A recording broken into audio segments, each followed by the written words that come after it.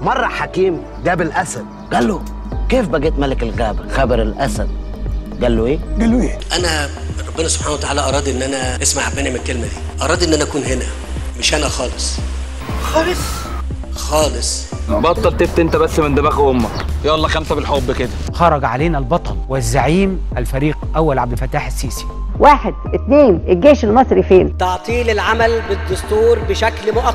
بيتقال إن ده حكم عسكري. استغفر الله العظيم يا رب، استغفر الله العظيم. اكيد لا يا ريس.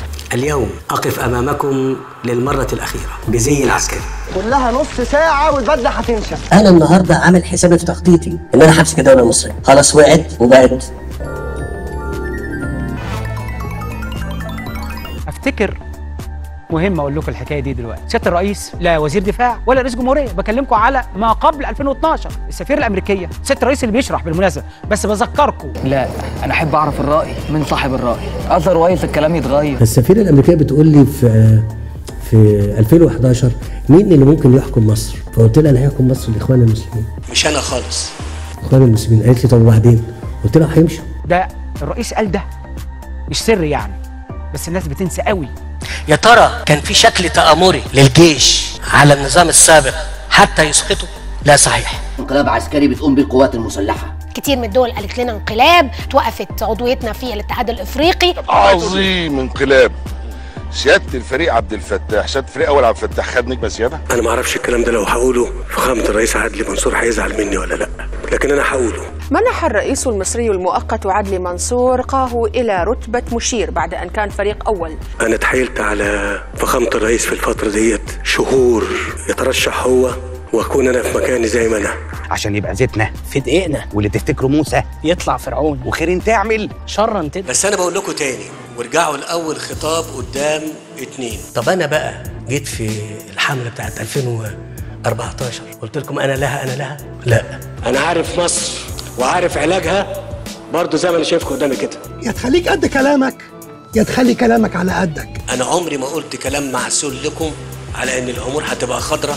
اوعوا تكونوا مش مصدقين إن مصر مش هتبقى قد الدنيا واللي معايا صفايح العسل وبطرمانات الزبدة. لا، الأول أغني الناس اديتكم وعود جميلة. لا. فإمتى المواطن ممكن يشعر ببعض التحسن في حياته؟ 2 طبعا. ده معدل سريع. إن شاء الله. إن كنت الكلام ده ما قلتوش قبل كده وجيت خدعتكم وقلت لكم ده أنا معايا كل حاجة حلوة هخلصها، أنا والله هبقى خاين. لو طبعا. يعني انت دلوقتي تقدر تقوم تنادي على الصعيدي، مش ممكن ينادي هيبقى مش التجربه اللي احنا شفناها في ال7 سنين، خلال ال7 سنين اللي فاتوا دول، اثبتت ان انا بتكلم عن نفسي. لا ما تشرحش ما تبررش حاجة. زي ما انت شايف يعني. ما كناش فاهمين كويس، ما كناش عارفين كويس. انا بتكلم عن نفسي. اللي احنا كنا رايحين له موجود قدامك دلوقتي، موجود قدامك، مفيش مستقبل. وانا مش ممكن قلت لكم قبل كده يا مصريين انا مش هبيع وقت، ما اعرفش. فجه ربنا قال لي طيب انا هخلي معاك اكتر من الفلوس، انا هخلي معاك البركه، وريني هتعمل ايه في بلدك. تطلع لي تقول لي الديون، اقول لك ديون كتير. كنت متصور والله العظيم 3 ان المصريين ما هيستحملوا، لكن الحكمه العجيبه انهم استحملوا. لا هو انتوا هتسيبوني لوحدي ولا ايه؟ انت مش عايش برضا، الحاجه غاليه عليك، الحاجه غاليه عليك وبتغلى. لا صحيح، اوعى تكونوا فاكرين انا عايز اغلي حاجه. لا انا هقول على الهوا وتعرفوا الحكايه ايه عشان تصبروا وتتحملوا، مفيش غير كده. دول جدعان يا ريس قوي جدا، قوي والله. عميق قوي بس عبيط قوي. التحمل بتاع الظروف الاقتصاديه اللي احنا بنتكلم فيها، هو مين اللي مستحملها، انا ولا كلنا؟ ده انا كفران، انا هالك في حياتي. عشان اروح الشغل مشكله، عشان اجيب الاكل مشكله، عشان اعيش بصراحه بقت مشكله. ازاي؟ مش عارف. الناس ما كانتش مستحملها وما زالت انها تقدم تضحيات في ضوء حاله الفقر والعوز اللي عايشه فيه بقى سنين. لما هاجي عايز اخرجكم من العوز تعملوا هاشتاج ارحل يا سيسي. احنا عبرنا، بس احنا بعد ما عبرنا الحكومه فيصت، فالحكومه لما تفيص الناس كمان بتفيص. هنعمل بفضل الله كل شيء جميل لبلدنا لما الدنيا هتحتار في اللي احنا بنعمله. مش عارف اسكن، مش عارف اشغل، ما عندناش توظيف جيد في مصر، مش اكل، مش عارف اعالج، ما عندناش علاج جيد في مصر. صحيح. مش عارف اعلم، ما عندناش تعليم جيد. انا بقول لك صحيح. طب ما عملتش ليه؟ ما اقدرش. طب ما احنا عارفين تقيله عليك الشيله ما تشيلش. إن الله لا يصلح عمل المفسدين. اللي قبلنا قالوا ايه؟ اوعد وما تأمنش، حرص وما تخونش. طيب اسمحوا لي ان انا اقول لكم الاول انا مين. اسمع أخلاق رئيسك. انا مصري مسلم. انا انسان مصري مسلم. اسمع أخلاق الرئيس السيسي. بيحب بلده وبيحب دينه وبيحب الناس. ايه ده؟ ايه كل ده؟ كل التنكر ده ملوش لازمه. طيب هنا هيبقى السؤال مهم قوي. انت بتنام كم ساعه يا ريس؟ انت بتقوم ازاي الساعه 5؟ اقسم بالله انا شفت الرئيس في اخر كلمه لقيته خاسس، قلت بس الراجل ده بنمش. انا لا يبقيني ساهر الا بلدي مصر. فخامه الرئيس ما بينامش. انا بعتقد انه لا ينام. لا ينام كما قال الاستاذ هيكل، ساعتين. واضح. بيقول لي والله ما بينام تقريبا. انا عايش نايم صاحي بيها. نايم صاحي. يعني طب هو طبيعته كده، ما بقولش انه يعني، بس هو طبيعته كده يعني. كان معروف في العيله كلها ان هو ليه طبيعه خاصه. وعندنا رئيس يعني ما بينامش الليل اسمه الرئيس عبد الفتاح السيسي. هو ليه الرئيس وسط كل المهام والارهاق اللي بيعيشه ده ما بينامش وخايف على اولاده، ما بينامش على ان قدامه ولا يمكن يقبل ابدا ابدا. يبقى مطلوب منه يبقى وزير اعلام، وفي مرات وزير ثقافه، وفي مرات ليه؟ واحد شايل مصر على كتفه، حرام عليكم ارحموه. يا سلام واسكت التنى يا ابن الرقاصه. ما بقولكوش ما تناموش، بس اشتغلوا، نشتغل، نحاول، اللي عنده فرصه يشتغل. وانا قلت الكلمه دي قبل كده، لما تزعل وتحس انك انت مظلوم اشتغل اكتر، مش تخاصم، ما تخاصمش نفسك. ليش يا معلم؟ بس عادي بقى كله بالحب. انما هو شغال على طول، حتى وهو نايم مخه شغال وبدانه شغال وشغلته كده. هو الوحيد اللي شغال في البلد وكله عمال يلعب من تحته. ليه؟ طبعا زي البعض. بلبوس يا فندم ارجوك، البلبوس يا فندم هنا على القهوه ما هيصدقوا، ما تشرديش. السيد رئيس الجمهوريه وانا بقول اهو اللي طبطب على الشعب. لم يجد من يحنو عليه او يرفق به. هو الحنيه طبطبه؟ لا، الحنيه ده عمل ايه؟ طبطب على الشعب. السيسي زبدة العالم، كريمة العالم. تخيل هو فلامنك بس بيتكلم صح، حدق كلامه مظبوط. يعني كريمة العالم في عالم الأموال. طب معاكم فلوس وانتم ما تعرفوش شايف الفلوس عامله ازاي؟ يا نهار ابيض.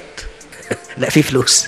المصري ما بيتفسحش يا طارق، المصري ما بيتفسحش عشان مش لاقي. الحمد لله يعني انا مبسوط جدا بشغلي والحمد لله رب مرتبي مكفيني او بحب مصر قوي وبحب الدنيا كلها وربنا يخلي المسؤولين. يعني انتوا هتستحملوا سنه كمان وبعد كده في انتخابات. اختاروا ما شئتم. ان احنا نستحمل شويه عشان ونبقى عندنا الصبر ويبقى عندنا المود. ده اقصى من كده واصعب من كده ونتحمل. انا مش هقول ان احنا لازم نستحمل، بس احنا لازم نستحمل. وكل ما هنستحمل اكتر كل ما هنطلع قدام اكتر. ابويا زمان قال لي حكمه، قال لي لما الدنيا تغيم ويزيد السحاب بنقلع الصيفي وننزل الشتوي من الدولاب. والله العظيم طول ما انتوا صابرين. انا نفسي ابقى زي السيسي. يقول لي تيتي، هو انا قلبك في السيسي يقول انا نفسي ابقى زي تيتي. ما حد هيسبقكم. استحملوا واحنا عارفين ودي ضريبه ولازم نتحمل ومصر هتبقى احسن. انا برضه ابويا الله يرحمه قال لي حكمه زمان. قال لك ايه؟ اصبروا عليا كمان شويه. قلت اصبروا معايا ايه؟ سنتين. اقصى من كده واصعب من كده ونتحمل. قاعدين تتفرجوا على تمثيليات وتنزلوا السوبر ماركت وتخزنوا في بيوتكم ومدعومين يا شعب يا مدعوم. كفايه دعم فيكم بقى. الرفق مش بس طبطبه. مفيش حاجه اسمها الكلام ده.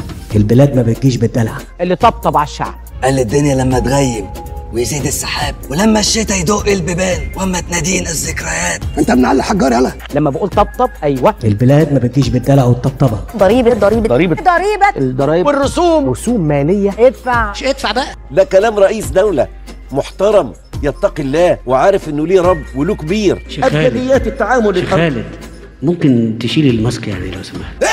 ايه انت عقرب ولا حربايه؟ حربايه بس متنكر على هيئه عقرب. انا عندي قصه. ايه؟ لا الا ده حب عليك والنبي بلاش. هقول لكم شويه حاجات كده عشتها خلال الفتره اللي فاتت. احنا بنقول كلام جميل مع بعض ان شاء الله. وانا عايز اقول لكم مش بحكي الحكايه دي حكايتنا كلنا. قول عاد ما تشوقناش، قول. طب ايه الحكايه بقى؟ وانا صغير وانا اكبر منك شويه كان في ناس كبار بيضربوني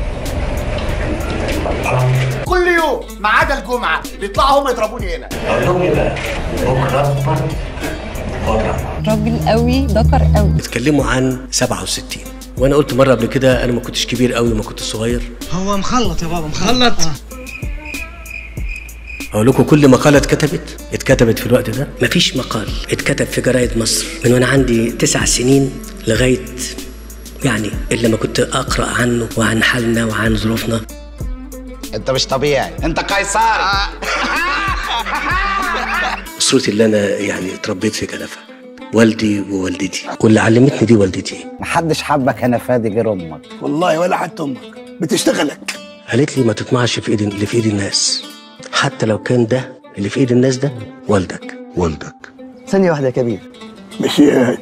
حاضر نمشيها كلنا. وفي ناس كتير يقولوا يعني انت سبب الرحمه اللي عندك، وهم بيقولوا حاجه تانية، مش بيقولوا رحمه بس، بيقولوا الحنيه يعني. طب بالله عليك، هل في احتمال ان الواد ده مش صحيح. فانا بقول لهم البيت اللي انا عشت فيه كان كده، عايشين في بيت فيه كل اسرتي، كان كل بنات البيت يقولوا يا ريت بابانا عمو عبد الفتاح.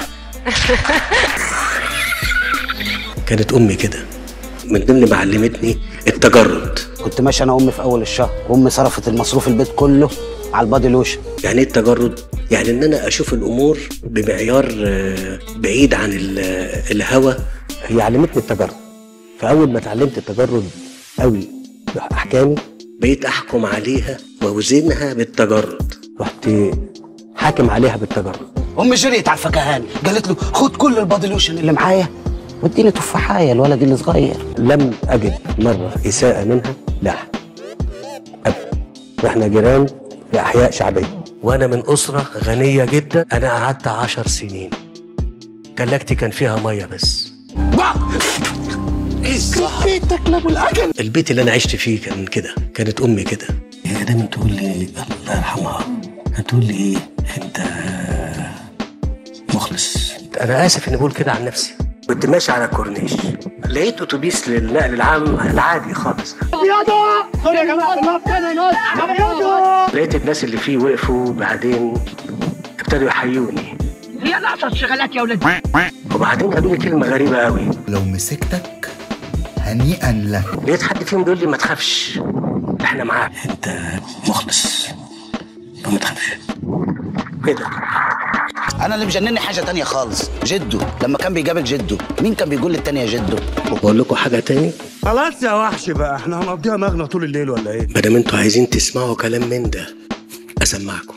انا كنت في نقطه زي دي من وانا صغير كده في سنك كده، ودخل رئيس اركان اللواء، فالاستيكه بتاعتي كان فيها دبوسين، خلي بالك زمان. لا وجه كلامك ليهم هم، وجه كلامك ليهم هم، يمسكني يقول لي زمان. فدخل قال مين النتن اللي حاطط الدبوس في الاستيكه؟ هوبا. فقلت له انا يا فندم. قال لي تبقى انت ظابط كذا. قلت له شكرا. على العموم الشتيمه بتلف وبترجع على صاحبها تاني. امبارح كنت قاعد مع اخويا الشيخ محمد رئيس الدوله. مش عايز حاجه بذمتك؟ مش عايز حاجه؟ بقول له هطلب منك طلب.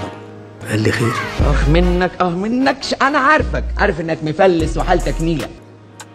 قلت له سوريا عشان خاطر ربنا ساعدوا سوريا. وهي جمعيه ودايره والقهوه فايره، دي معلومه على فكره. تاني يوم او تالت يوم بعد ما قلت البيان بتاع 3/7 ده، فقالوا كنت الشيخ محمد بن زايد جاي يزور مصر، اول مره هشوفه. مراكبك واقفه عطلانه وبتسير مراكبهم. فجيه وعارف ايه المطلوب. مش انا قلت له، والله العظيم ما قلت له، انا بحلف. شبعت ذل واهانه ولسه مصر تفجعهم تكسبهم. في الترشح في 2 من الاعلاميين الافاضل اللي انا بقدرهم وبحترمهم قالوا نعمل معاك لقاء. بالمناسبه يا استاذ انا في الجيش كده. ما في الجيش يا فندم. لا انتظر. لا انتظر. بس في الجيش في اوامر ونواهي. بعد ما خلصت اللقاء معاهم فقالوا لي ايه احنا ما نمناش امبارح. ما ايه؟ فقلت لهم ليه؟ قال اصل انت ازاز ما حبش ابدا نلمسه. عايزين تسمعوا ولا عايزين تقولوا انتوا؟ ما لا اتفضل. اسمعوني، انا عايز اقول لكم ايه. كنا شايفين واحنا بنتكلم معاك نخلي بالنا كويس. ياه احلى ايام الفسيا. فسيا. فكنت بقى موجود في مجلس الوزراء فكانوا يقولوا لي احنا عايزين نحافظ عليك، انت الايقونه بتاعتنا، انت الايقونه بتاعتنا، انت البطل. جرام نعم ما في حياتي. لما رحت الرئاسه يعني الناس اللي بتاكل معانا لو جم شافوا يقول لك ها بتقالوا من بيت ما انا مش رئيس والله. قلت كده والنعمه قلت كده. فقالوا لي تحب تتغدى ايه؟ قلت لهم مش اشمعنى يعني. فقالوا اصل كل اللي في الرئاسه بيتغدوا على حساب البلد بالقانون. ايه الكذبه دي؟ قلت لهم لا انا ولا اللي في الرئاسه، كل واحد ياكل على حساب. فيقول لك اكيد السفره بتاعته دي مختلفه جدا، بياكل من الجنه يعني. وحشه بس بالمناسبه وانا صغير كده كنت امشي واشوف المناطق العشوائيه يا دكتور. كنت بمشي لما امشي يعني الساعه 5 الصبح اقول له يا رب محوجين ادينا. لا الحياه مش هتدينا كذا فرصه، الحياه لازم تستمر. عايز تقول ايه؟ اخلص. فكنت اقول لو ايدي طالت هعمل، اقول يا رب لو اديتني 100 مليار دولار والله هنصرفهم واخلي الناس دي تعيش كويس. وبقول ربنا اللي بقول يا رب والله والله والله لو اعطتني ما هسيب دوله لما ساعتها. هقول تعبير صعب جدا والله العظيم، انا لو ينفع اتباع لاتباع. وعشان حتى نبني منطق وموضوعيه وعلم حقيقي لدى اللي بيسمعنا. وانا في بلجيكا فكان اول ملف اتكلم فيه كنت بتكلم في حقوق الانسان. انت يا اخي احمد حقوق الانسان، لان احنا ما عندناش حاجه مخبيينها، احنا عندنا قضيه مش معروفه. نعلمهم الحقيقه، العلم الحقيقي. ده علم جديد لازم البشريه تترجمه. مسار الاصلاح الاقتصادي في 2016 وانا قلت قبل كده بس انا هتوسع شويه فيه، ان احنا نطلق عمليه الاصلاح الاقتصادي وتعويم وتغيير سعر الصرف. اتناقش معاهم الرئيس وقعد مع الاقتصاديين ومحافظ البنك المركزي والناس وقعد مع الحكومه السكاكين وبتاع الحمد لله بس عايش. كل اللي كانوا قاعدين قالوا ايه؟ كله لا. واكتشف انه الطريق الوحيد الصحيح هو تحرير سعر الصرف. برافو عليك. الحاجات اللي انت فيها دي. قلت لهم يا جماعه هو العمليه مش عافيه، مش لا بالعافيه. ده بالعافيه. وقدمت ضحك بلا هدف، يعني ضحك بلا هدف. فاللي انا عايز اقوله بس عشان ما اطولش عليكم زياده عن اللزوم. اطول حاضر. تقف كده تاخد نفس عميق وتفكر في الايام الخرا اللي جايه انت داخل عليها. الايام الخرا اللي انت داخل عليها. 5 بالحب. انت ايه حكايتك بقى؟